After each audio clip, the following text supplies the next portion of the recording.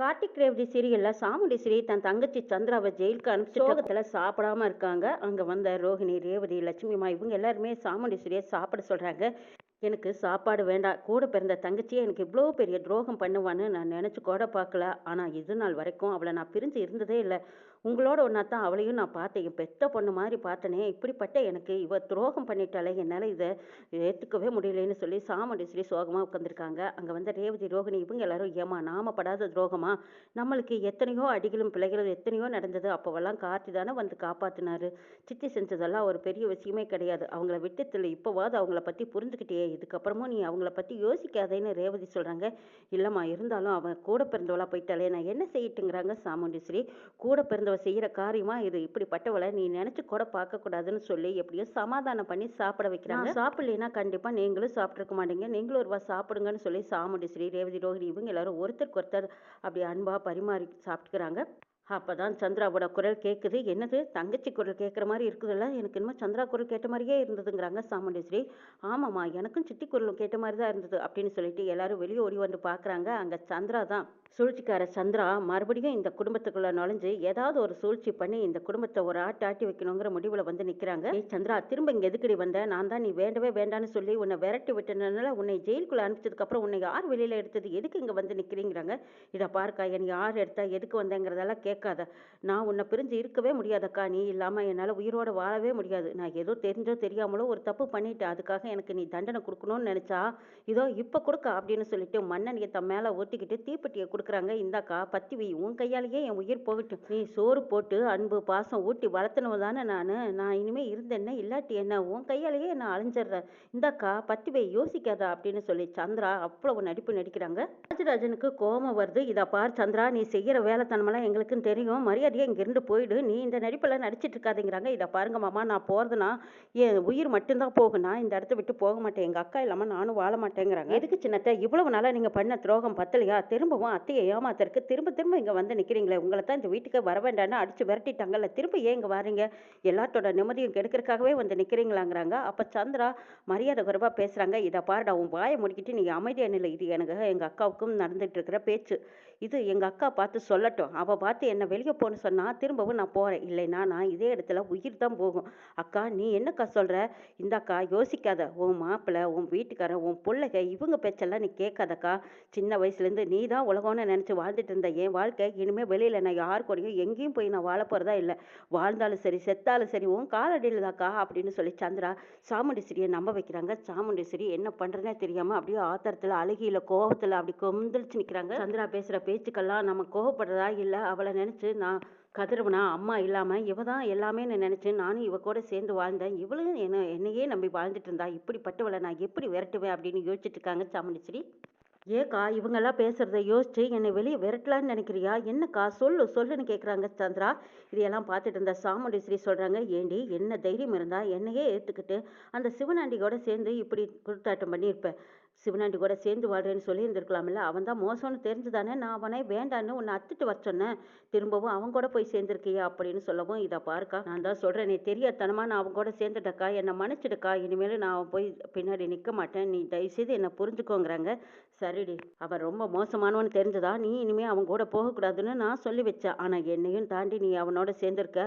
இதுக்கப்புறமா நீ சேர மாட்டேன்னு எனக்கு சத்தியம் பண்ணி கொடுங்கிறாங்க. சந்திராவும் யோசிச்சு பார்த்துட்டு, சத்தியம் தானே பண்ணினா போதும். ஒரு தடவையா ரெண்டு தடவையா எத்தனை சத்தியம் வேணாலும் பண்ணலாமேன்னு நினச்சி பண்ணுறாங்க. என்ன வேண்டான்னு ஒதுக்கிட்டுனா அம்மா போன இடத்துக்கே நான் போயிடுவேக்கா. என்னக்கா முடிவு சொல்கிறேன் அப்படின்னு சந்திரா கேட்கவும், சாமுண்டீஸ்வரியோட மனசு ஒரு பக்கம் பாசத்தால் தவிச்சாலும் இன்னொரு பக்கம் ஸ்டெடியாக பேசுகிறாங்க. இதை பார் சந்திரா, எல்லாரும் என்ன வேணாலும் பேசிட்டு போகட்டும், ஆனால் நான் ஒன்று கேட்பேன், நீ அதை செய்வியான்னு கேட்குறாங்க சாமுண்டீஸ்வரி. இதை கேட்ட சந்திரா, அக்கா நீங்கள் என்ன சொன்னாலும் நான் செய்ய தயாராக இருக்கேங்கிறாங்க. சரி, நாளைக்கே நம்ம பஞ்சாயத்துக்கு போகிறோங்கிறாங்க. இதை கேட்டதும் சந்திராவுக்கு தூக்கி வரப்போகிறது. என்னக்கா சொல்கிற? பஞ்சாயத்துக்கு எதுக்குங்கிறாங்க. பஞ்சாயத்தில் சிவனாண்டியை கூப்பிட்டு நம்ம நிறுத்துகிறோம். பஞ்சாயத்துக்கு முன்னாடி நீ அவனுக்கு உனக்கு எந்த ஒரு ஒட்டு உறவு எதுவுமே இல்லைன்னு சொல்லி நீ எல்லாரும் முன்னாடியும் வாக்கு கொடுக்கணும். அது மட்டும் இல்லை, அவன் கட்டின தாலி உன் கழுத்தில் இருக்கிறதுனால தானே அவன் உனக்கு மிரட்டிட்டு இருக்கா. அவனை நீ போய் பார்க்க போனதா எல்லாரும் சொல்கிறாங்க. நீயும் அவனை பார்க்க போயிருக்க. அந்த உறவே நமக்கு இனிமேல் வேண்டாம். சிவனாண்டி கட்டின தாலியை கலட்டி ஊர்க்காரங்க முன்னாடி சிவனாண்டி மூஞ்சியில் விட்டெறிங்கிறாங்க சாமுண்டீஸ்வரி. சந்திரா ஒரு நிமிஷம் யோசிக்கிறாங்க. என்னது என் புருஷன் கட்டின தாலிய கழட்டி வீசணுமா? அடியே பாவி! உன் கூட நான் சேர்ந்து வாழணும்னா, அதுக்காக இப்ப என் புருஷனோட வாழ்க்கையும் முடிச்சு காட்டுறியா? ரேவதியும் கார்த்தியும் பிரிக்கணும்னு நெனச்ச என்னையே நீ பிரிக்க நெனச்சிட்டியா? சரி தாலி தானே கழட்டி வீசுறேன். ஆனாலும் என் மனசுல இருக்கிற என் புருஷன தூக்கி வீச மாட்டேன்டி. அவர வச்சுட்டு தானே நான் உன்னை பழிவாங்க போறேன் அப்படின்னு மனசுக்குள்ள சந்திரா அப்படியே ஒரு வேக்காட்டோட இருந்துகிட்டு, சரிக்கா நீ என்ன சொன்னாலும் நான் செய்யறேன். எனக்கு நீதான்க்கா முக்கியம். அந்த தாலி முக்கியம் கிடையாது அப்படின்னு சொல்லிட்டு சந்திரா சாமுண்டீஸ்வரி கிட்ட உறுதியா சொல்லிடுறாங்க. அக்கா எனக்கு அவன் தேவையில்லைக்கா. நீ தான் வேணும். நீ என்ன சொன்னாலும் நான் செய்கிறேங்கிறாங்க. அப்படின்னா நீ வீட்டுக்குள்ள வா அப்படின்னு கூப்பிடுறாங்க. அப்போ சந்திராவும் உள்ள வரும்போது எப்படி என்னோட சாமர்த்தியம் நான் வீட்டுக்குள்ள வந்துட்டேன் பார்த்தியா? என் அக்கா கறி நான் இல்லாமல் இருக்க மாட்டேன். என்னைய விட மாட்டான்னு எனக்கு தெரியுமில்ல அப்படின்னு அவங்க தந்திரமா சிரிச்சிட்டு வரதை கார்த்தி கவனிச்சிடுறாங்க. கார்த்தியை பார்த்து தான் அவங்க நக்கலாக சிரிச்சிட்டு வரதை புரிஞ்சுக்கிறாங்க. கார்த்தி இவங்க இன்னும் திருந்தலை. இவங்க ஏதோ ஒரு சூழ்ச்சியோட தான் திரும்பவும் இந்த வீட்டுக்குள்ள வராங்கன்னு தெரிஞ்சுக்கிட்டாங்க கார்த்தி. சாமுண்டீஸ்வரி ஊர் தலைவர்கிட்ட சொல்றாங்க, நான் சிவனாண்டிக்கும் சந்திராவுக்கும் கல்யாண பந்தத்தை முறிக்கணும். அவங்க 2 பேர்த்துக்கும் பஞ்சாயத்து மூலமா நம்ம பிரிச்சு வச்சிருவோம் அப்படின்னு சாமுண்டீஸ்வரி கேட்டுக்கிறாங்க. ஊர்க்காரங்க எல்லாரும் ஏமா இப்படி திடீர்னு முடிவெடுத்தீங்க? இவ்வளவு வருஷத்துக்கு அப்புறம் இப்படி ஒரு முடிவு எடுக்கலாமாங்கிறாங்க. இல்ல அவனால தான் என் தங்கச்சி நிறைய தப்பு பண்றா. அவனையும் என் குடும்பத்துல இந்த உறவை சொல்லிக்கிட்டு அடிக்கடி என் குடும்பத்திலையும் பிரச்சனை பண்ணிட்டு இருக்கா. அதனால தான் அவங்க 2 பேர்த்துக்கும் பிரிச்சு வச்சிடலாங்கிற முடிவுல இருக்கேங்கிறாங்க சாமுண்டீஸ்வரி. இதை கேட்ட ஊர்க்காரங்களும் சரிம்மா அவங்களும் வெகு வருஷமா பிரிஞ்சு தானே இருக்காங்க. அவங்கவங்க வழியில போய்க்கிட்டும். உங்க தங்கச்சிக்கும் சிவனாண்டிக்கும் இதுல சம்மதமான்னு கேட்குறாங்க. என் தங்கச்சிக்கு இதுல சம்மதம். அவ என் பேச்சை மீற மாட்டா. அவ வாழ்க்கையிலிருந்து அவனை பிரிச்சு வச்சிருங்கன்னு சாமுண்டீஸ்வரி கேட்டதுனால ஊர்க்காரங்களும் சரிம்மா உங்க விருப்பப்படியே நாங்க செஞ்சிடறோம். அடுத்த நாள் காலையில பஞ்சாயத்தை கூப்பிட்டுக்கலாம் அப்படின்னு சொல்லி முடிவெடுக்கிறாங்க. இங்க ரேவதி கார்த்தி 2 பேரும் தனியா இருந்து பேசுறாங்க. இது எப்படி எங்க அம்மா பேச்சையெல்லாம் கேட்குற ஆளே கிடையாது. இவ ஏதோ சூழ்ச்சியில் தான் இப்படி எங்க அம்மாவை நம்ப வச்சிருக்கான்னு ரேவதியும் கார்த்தியும் பேசிக்கும்போது ரேவதி அவங்கள முழுசா நம்பக்கூடாது. ஆனாலும் அவங்க செய்யறதெல்லாம் பார்த்தா மறுபடியும் இந்த குடும்பத்தை பழிவாங்கிற மாதிரி தான் இருக்குங்கிறாங்க கார்த்தி. ஆமா என்னாலையும் அவங்கள நம்ப முடியல. ஆனா அம்மா எப்படித்தான் அவங்கள நம்பினாங்கன்னு எனக்கு தெரியல. சரி நாளைக்கு பஞ்சாயத்துல என்னதான் நடக்குதுன்னு பார்க்கலாம் அப்படிங்கிற முடிவுல இருக்காங்க. அடுத்த நாள் காலையில எல்லாரும் பஞ்சாயத்துக்கு போயிருக்காங்க. அங்க சிவனாண்டி எதுக்கு வர சொன்னாங்க என்ன ஏதுங்கிறதே தெரியாம வந்து நிக்கிறாரு. என்ன சாமுண்டீஸ்வரி எப்ப பார்த்தாலும் உனக்கு இதே பொழப்பா போச்சா? எதுக்கெடுத்தாலும் பஞ்சாயத்து பஞ்சாயத்துன்னு கூப்பிட்டு நிறுத்தி வச்சுக்குவியா? என்ன விஷயம் அப்படின்னு சிவனாண்டி வந்து எகத்தாளமா கேட்டுட்டு இருக்காங்க. டேய் எல்லாத்துக்கும் காரணம் நீதான்டா. உன்னை என் தங்கச்சி அத்து விடணும்னு தான் உன்னை கூப்பிட்டு நிறுத்தியிருக்கா. நீ கட்டின தாலி அவ கழுத்துல கிடக்கிறதுனால தானே அவனே சொல்ற பேச்சுக்கெல்லாம் அப்படி ஆட வேண்டியதா போச்சு. நீ சொன்னதையெல்லாம் அவ கேட்டு தானே இவ்வளவு பெரிய தப்புக்கு ஆளானா. இனிமே உன்னால எங்க குடும்பத்துக்கு எந்த ஒரு பிரச்சனையும் வரக்கூடாது. இனிமே நீ என் தங்கச்சியை நிமிர்ந்து கூட பார்க்க கூடாது. அதுக்காக தாண்டா இந்த பஞ்சாயத்தை நான் கூப்பிட்டுருக்கேங்கிறாங்க சாமுண்டீஸ்வரி. இதை கேட்ட சிவனாண்டி எதிர்பார்க்கவே இல்லை. என்ன சொல்றா? ஒருவேளை என்னையும் சந்திராவையும் பிரிக்க நினைக்கிறாளா? அடக்கடவுளே இவ பிள்ளைகளை பிரிக்கலான்னு நான் நினைச்சா இப்ப ஏன் என் குடும்பத்திலேயே கை வச்சிட்டாளா? சும்மா விடக்கூடாது அப்படின்னு நினைச்ச சிவனாண்டி என்ன சொல்ற சாமுண்டீஸ்வரிங்கிறாங்க. ஆமாடா நான் இன்ன வரைக்கும் தமிழ்ல தானே சொன்னேன். உனக்கு புரியலையா? சிவனாண்டி சந்திராவை பார்க்குறாங்க. சந்திரா எதுவும் பேசாம தலை குனிஞ்சு நிற்கிறாங்க. என்ன சந்திரா இதெல்லாம்? உங்க அக்கா செய்யறது நியாயமான்னு கேட்குறாங்க. அப்ப சந்திரா எதுவும் பேசாம எனக்கு எங்க அக்கா என்ன செஞ்சாலும் அது சரியா இருக்கும். தயவு செய்து புரிஞ்சுக்கோங்க. எங்க அக்காவை எதுவும் சொல்லாதீங்க அப்படின்னு சொல்லிட்டு சந்திரா திரும்பிக்கும் போது அப்ப சிவனாண்டிக்கு புரிஞ்சு போச்சு. எல்லாம் மிரட்டி கூட்டிட்டு வந்திருப்பா போல இருக்குது. சரி என்னதான் நடக்குதுன்னு பார்க்கலாம் அப்படின்னு சிவனாண்டி ஊர்க்காரங்க கிட்ட ஐயா என்னதான் முடிவுக்கு வந்திருக்காங்கன்னு கேட்டு சொல்லுங்கங்கிறாங்க.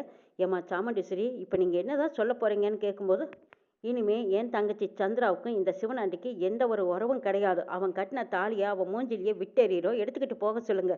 திரும்ப எங்க குடும்ப விஷயத்துல இவ எதுக்காகவும் தலையிடக்கூடாதுங்கிறாங்க சாமுண்டீஸ்வரி.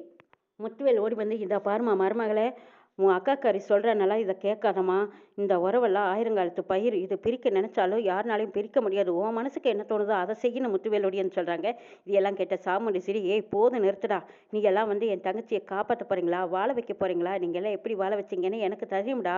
என் தங்கச்சி என் வேச்ச மீறி எதுவும் செய்ய மாட்டா. ஏ சந்திரா சொல்லுடி எல்லாரும் முன்னாடியே சொல்லு அப்படின்னு சாமுண்டீஸ்வரி ஏவி விடுறாங்க. மருமகளே என்னாச்சு? உங்கள் அக்காக்காரி பேசிக்கிட்டே இருக்கா. நீ பேசாமல் அமைதியாக இருக்க. என் மவனை பிரியறதுன்னு முடிவு பண்ணிட்டியா அப்படின்னு முத்துவேல் கேட்கவும் அப்போ சந்திரா எதுவும் பேசாமல் அவங்க கழுத்தில் கிடக்கிற தாலியை எடுத்து கழட்டுறாங்க. சிவனாண்டி சத்தம் போடுறாங்க. சந்திரா அதெல்லாம் ஒன்றும் வேண்டாம். ஊர் பஞ்சாயத்து முன்னாடி இப்படி ஒரு தப்பை பண்ணாத. இப்படி ஒரு காரியத்தை பண்ணிட்டா திரும்பவும் நம்மளுக்குள்ளே எந்த பந்தமும் இல்லாமல் போயிடும்.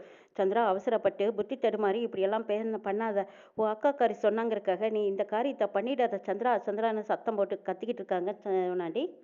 சந்திரா தாலி கழட்டிடுறாங்க. கொண்டு போ மூஞ்சில விட்டேறி அப்படின்னு சாமுண்டீஸ்வரி சொல்லவும் அந்த தாலியை கழட்டிக்கிட்டு மெல்ல போய் சிவனாண்டி கையை பிடிச்சி கையில் கொடுக்குறாங்க சந்திரா.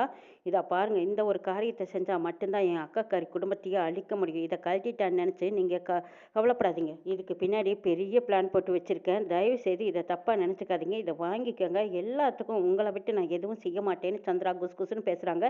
இது கேட்ட சிவனாண்டியும் ஆத்திரப்பட்டவரை அமைதியாக இருக்காரு.